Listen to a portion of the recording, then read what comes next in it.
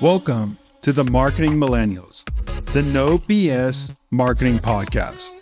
I'm Daniel Murray, and join me for unfiltered conversations with the brains behind marketing's coolest companies. The one request I tell our guests, stories or it didn't happen. Get ready to turn the up. Welcome back to another episode of the Marketing Millennials podcast. Today, I'm joined by Jessica Serrano, CMO of Dig, one of the best healthy fast casual spots in New York. If you haven't eaten there, you're missing out. Jessica has spent her career turning consumer insights into crave-worthy menu items, launching wild limited time offers like Taco Bell's Naked Chicken Chalupa and Burger King's Whopper Melts. But what most people don't realize is creating a hit menu item is both an art and a science. In this episode, we're diving into how to use consumer insights to launch menu items people love, what it really takes to test and validate a product before it hits the menu, and how she's bringing that expertise to fast casual at Dig. If you love food like me, marketing like me, or just want to peek behind the curtain of how new menu items are created, this episode's for you. Let's get into it. Welcome to the podcast, Jessica. Thanks for having me. Excited to chat. I know you've had an exciting journey in the food space from Taco Bell, Burger King, and now Dig, which I love Dig. When I want to get my quick, healthy food choice, I always go to Dig in New York. I don't know if that's in Miami yet, but you need to bring one to Miami. Not yet. I agree. But I'm glad to hear you enjoy it when you're in New York. So I want to get into your thoughts on some things. I know people see new menu items, but they don't realize how much testing behind the scenes actually happens. So could you walk us through the process of developing a product from idea to launch? Sure. So, Dig's menu innovation happens with every season. And that's been really core to the brand from the beginning. And so, in fact, Dig used to do even multiple iterations within a season. They do early summer, late summer. So they would do many, many innovations a year. And now we've kind of got it down to like 5 key seasons. And so we're currently in what we call our winter menu. And so a lot of the time, it really starts with literally thinking about what's going to be in the ground for that time of year, because vegetables are so centric to Dig's menu. So when we're thinking about spring, for example, we're thinking about, what are the crops farmers are growing and what's an interesting cooking story that we can tell around that. And so we do need several weeks in advance to do that recipe development. And so, we typically start with a brief thinking about the season, what's going on with the crops, but also what's going on in the lives of our guests. And then we'll start with like paper concepts.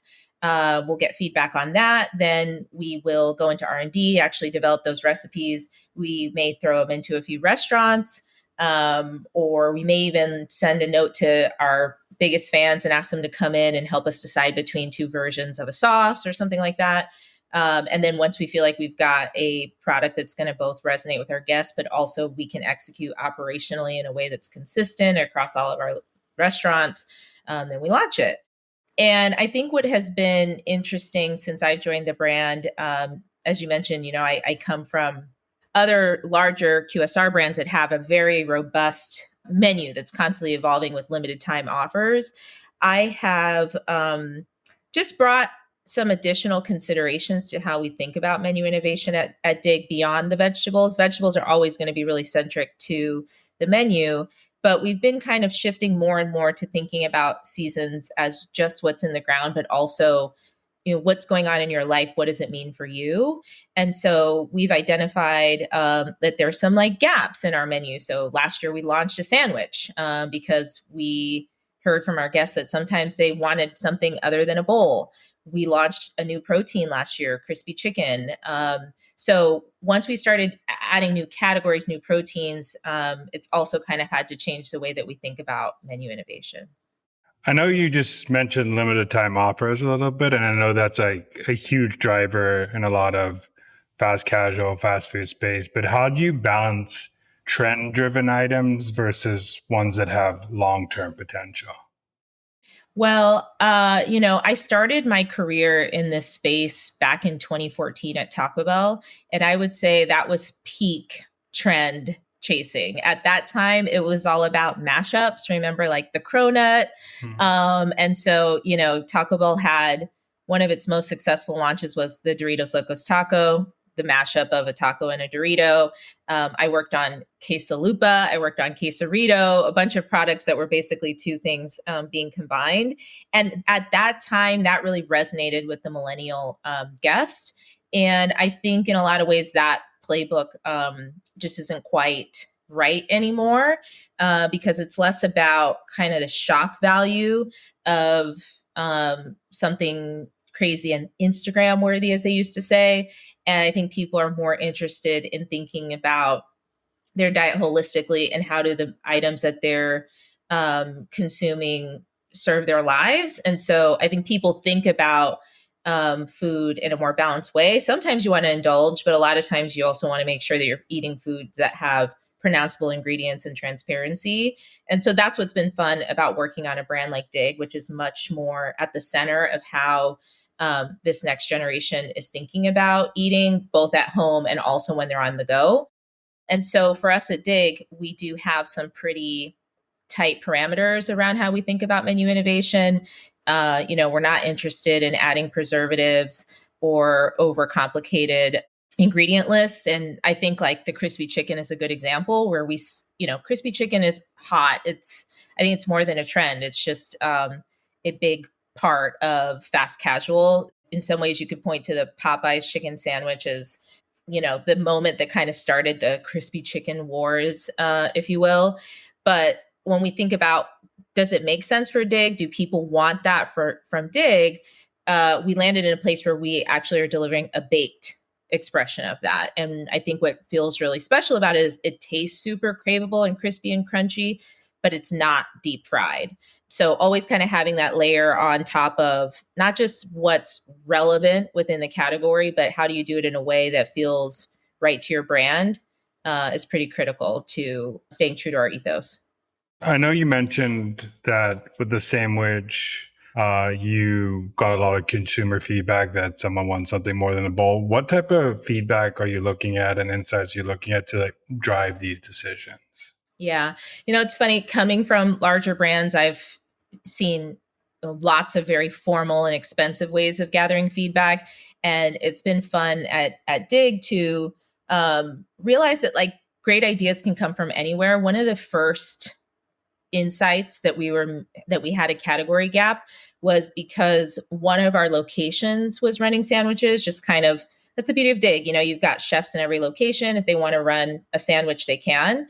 And the Dig support team, we don't work in an office. So the team kind of posts up at different restaurants throughout the city.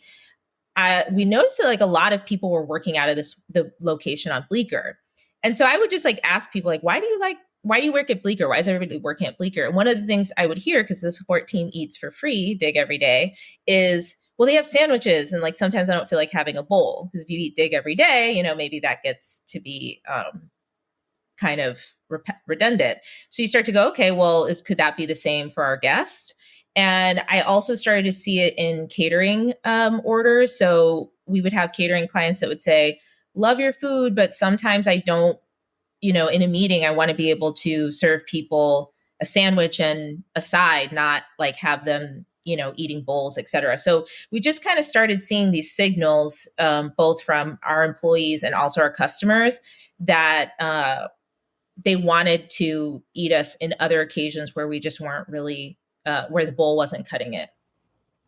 Yeah, I remember walking past the Bleecker location and it looked like it was always popping off. There was always people in there just chilling, where the one in Flatiron is more of to go type of crowd, which is interesting to see that different areas have different culturally things, even in New York, where it's one city, but different areas do different things in that area. Yeah, totally. One thing I wanted to ask too is how much does pop culture influence menu development? Like, for example, viral food trends on TikTok, social media. How did that influence what you build? I would say in my past some of my past roles significantly. I think Taco Bell is an example, as a brand that really keeps an ear to pop culture and innovates accordingly. And at Dig, I'd say we're a little bit more committed to the journey that our food takes to get to our back door, and then what we do with that food once it's in our kitchen. So I would say it's a little less tied to like what the hottest thing is. But of course, as marketers, we do keep our ear to what are things that seem to be trending. And, one of the things that I currently have been noticing quite a bit is Caesar salad wraps. Have you seen these like really craveable ones? There's obviously some restaurants that have crowned themselves or have been crowned as having the best Caesar wrap. And every time I see that, I'm like, I feel like Dig could be a part of that conversation. We're not like actively prioritizing it, but anywhere where there's like something authentically going on related to cooking, I think makes sense for Dig more than, a flash in the pan pop culture moment. Yeah, there's a spot in Boca that it went viral on TikTok, and just for that Caesar wrap. And every time you try visit that spot, you see, and it's in this just regular shopping center. Yeah. And it's just, you see the line through the shopping center just to get that, because it went popular on TikTok. So it's crazy how TikTok has just made trends happen like that. Yeah, for sure.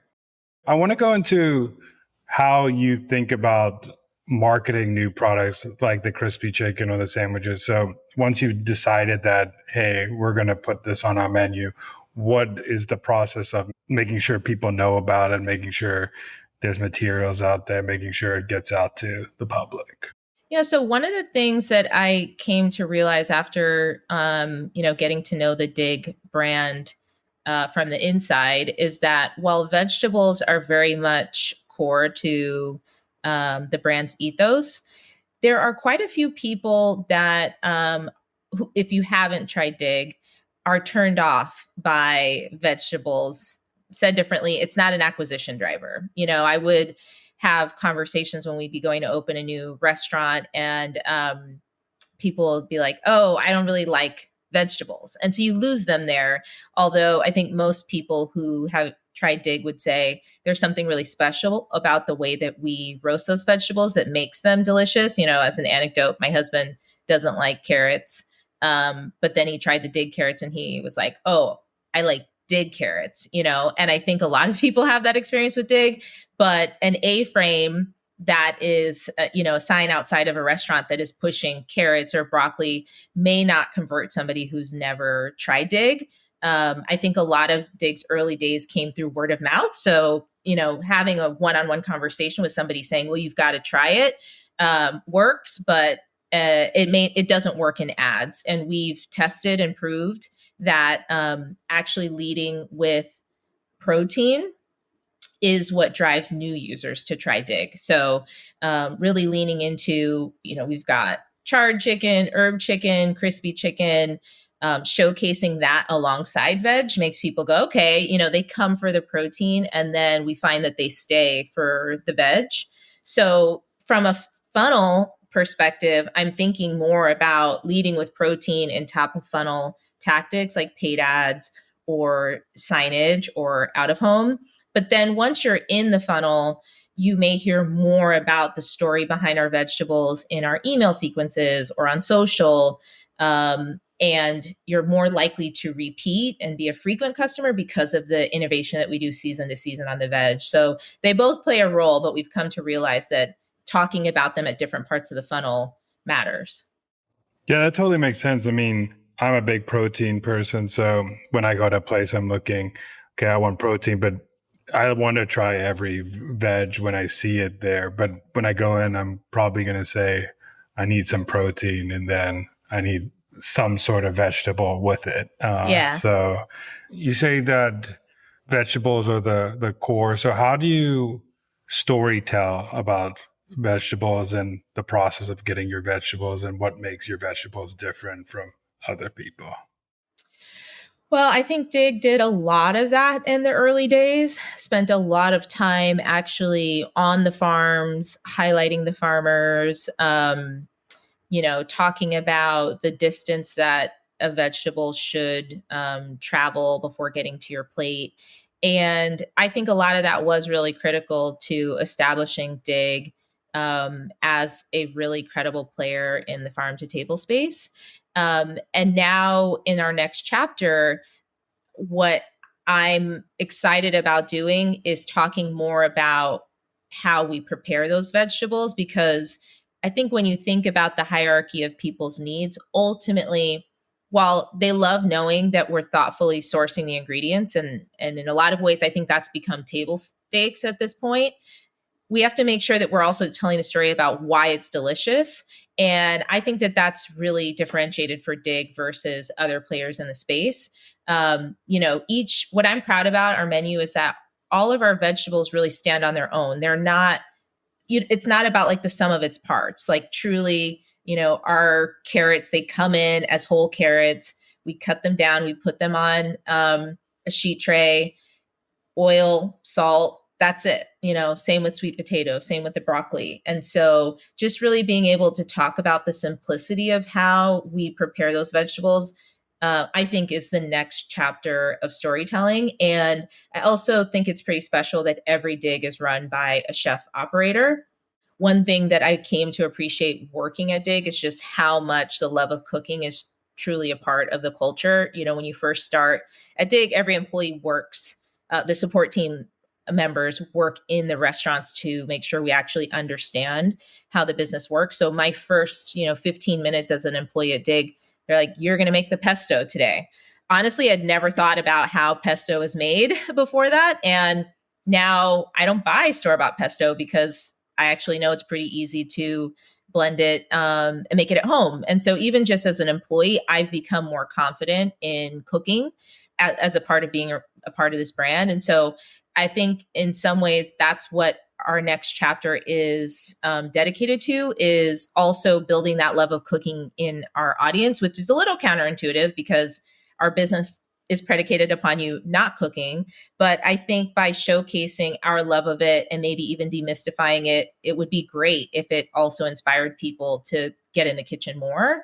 I think as a society, we have this weird relationship with cooking where a lot of people, we're kind of obsessed with it, but also intimidated by it. I think that's reflected in like the Food Network and all the shows and all the chef celebrities. But then the average American like knows how to make 5 dishes. One of them is eggs. So there's this weird juxtaposition between like we revere it, but we're also really afraid of it. And so I think Dig has the potential to be a really interesting voice in that conversation and demystifying cooking.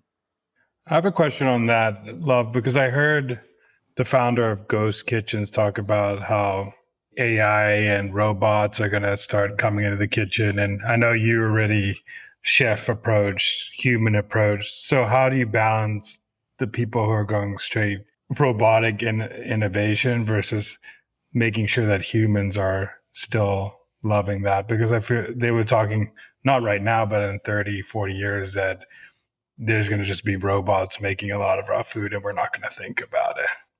Yeah, that's what they say. It's hard to predict. What I can tell you is I believe that humans will continue to be really central to Dig's cooking, for the foreseeable future. I'll tell you, like, even things like the corn that we do. We have a street roasted corn that we do every summer that is really popular. We still shuck that by hand in restaurant, which is hard work. It is not, there are lots of other ways to do it, but we believe that that is part of what makes that dish special.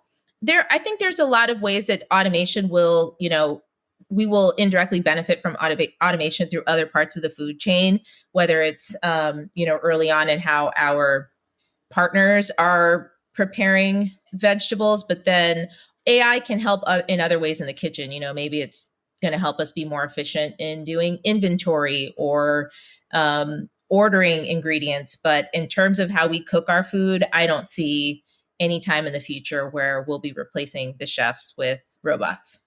Yeah, I think it will be more on the consumer side where you enter what macros you need for the rest of the day and Yeah.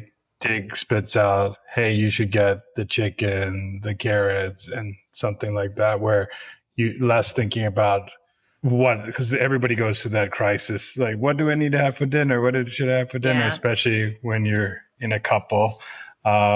So just taking the thought process, hey, I need this much protein for the rest of the day. What can I get at Dig? I think that's where more of the Yeah. innovation will come sooner. That excites me. Yeah. And then one of the ways that, from a marketing standpoint, we're really leaning into AI, or I think we will more in the future, is guest feedback. So, we have a number of inbound messages from guests on any given day telling us that they had a great experience, that they had a bad experience, that, something was missing from their order.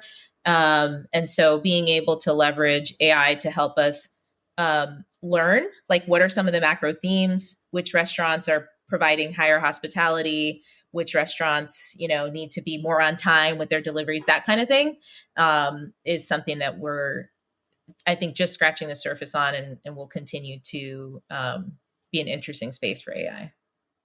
What is the hardest part of growing a brand like Dig compared to these fast food chains that you've worked with?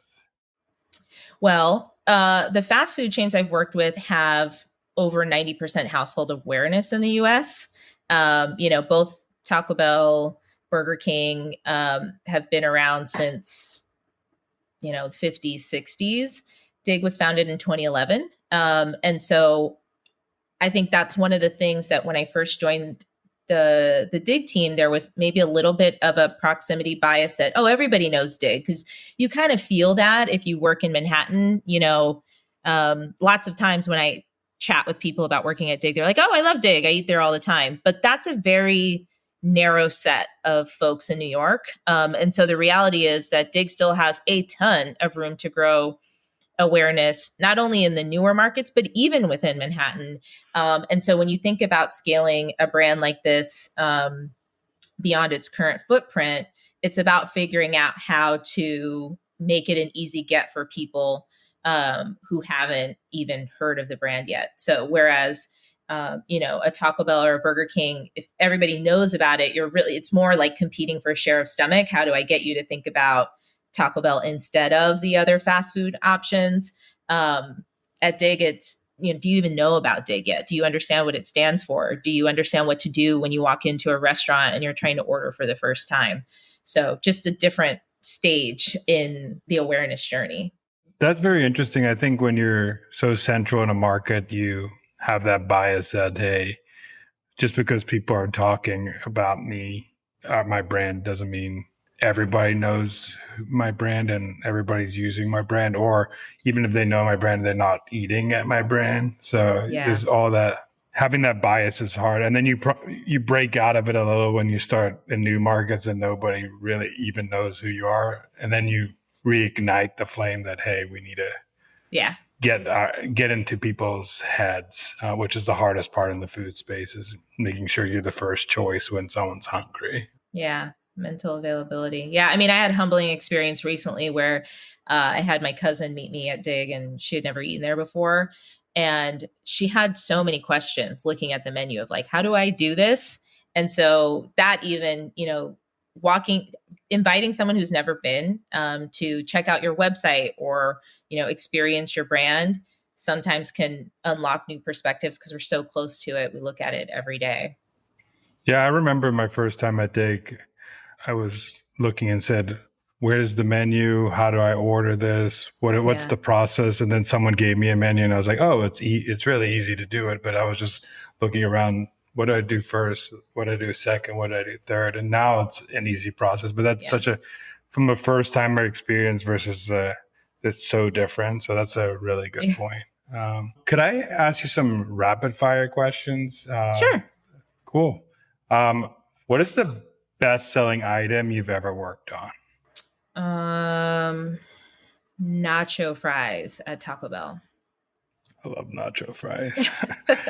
And that failed like 11 times before it finally hit. What's the most underrated ingredient in fast food? Soda. It's extremely profitable. Yeah, what's a limited time offer you wish stayed on the menu forever? Probably the cauliflower at Dig. What is one fast food or fast casual collab you'd love to see happen? Maybe something with like an Airbnb and Dig. Oh, I like that, especially with the chef inspired side of it. Mm-hmm. That'd be cool. What is the most overhyped food trend right now? Influencer collabs. What is your favorite menu item at Dig? Hot honey chicken bowl. What is one piece of advice for aspiring food marketers? Let the customer decide. And the last question I have is that I ask everybody is what's a marketing hill you would die on? Awareness is more important than frequency. Ooh, I love that. Lastly, where can people find what you're doing, you, Dig, all that good stuff? If you want to follow Dig, I'd say our socials is a good place to keep an eye on us. So Dig In is our Instagram handle.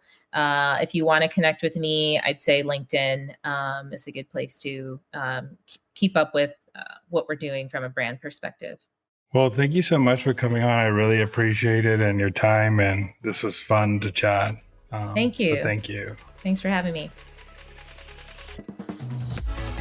Thanks so much for listening. Keep tuning in to hear more great insights from the coolest marketers from around the world.